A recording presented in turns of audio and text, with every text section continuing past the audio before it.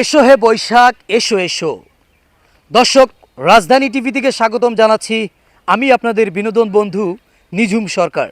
দর্শক, আবহমান গ্রাম বাংলার লোকসংস্কৃতির নানান আয়োজন নিয়ে পহেলা বৈশাখ 1433 বর্ষবরণ উদযাপন উপলক্ষে বর্ণিল সাজে সজ্জিত হয়েছে পুরো জায়গা, পুরো এলাকা। সেই মানুষগুলোর সঙ্গে খুঁজে বের করব এবং তাদের সঙ্গে কথা বলার চেষ্টা করব। সঙ্গেই থাকুন রাজধানী টেলিভিশন। রঙে রঙে সেজেছে চারপাশ, লাল সাদা শাড়িতে প্রাণের উৎসব পহেলা বৈশাখ। ফুলের সুবাস আর হাসি মাখা মুখে যেন ফুটে উঠেছে বাঙালির চিরচেনা ঐতিহ্য। ছোট্ট শিশুদের উচ্ছ্বাস, তরুণীদের সাজ আর চারদিকের উৎসবের আমেজ, সব মিলিয়ে এক আনন্দ ঘন পরিবেশ। দর্শক, কথা বলবো দর্শকদের সাথে।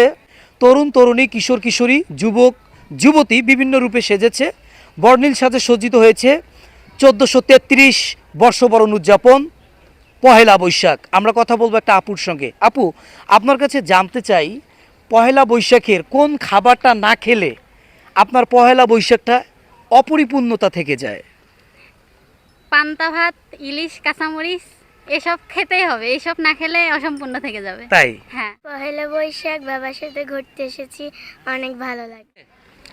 আমরা 3 বান্ধবী মিলে ঘুরতে এসেছি আজকে পয়লা বৈশাখ, খুবই ভালো লাগছে আমার। আপনার কেমন লাগছে? আমার অনেক ভালো লাগতেছে। ছোটবেলা কেমন লাগছিল, এখন কেমন লাগে? ছোটবেলায় অনেক ভালো লাগতো, পরিবারের সাথে আসতাম, এখন বড় হয়ে বান্ধবীদের সাথে আসতেছে, আরো ভালো লাগতো। আপনার কাছে জানতে চাবো যে আপনার কাছে বৈশাখ মানে কি? বৈশাখ মানে হচ্ছে প্রতি বছরে আমার হাজবেন্ডের কাছ থেকে একটা করে শাড়ি গিফট। এর ছোটবেলা এবং এখনকার সময়ে আপনার কোন সময়টাতে আপনি পহেলা বৈশাখটাকে বেশি এনজয় করেন?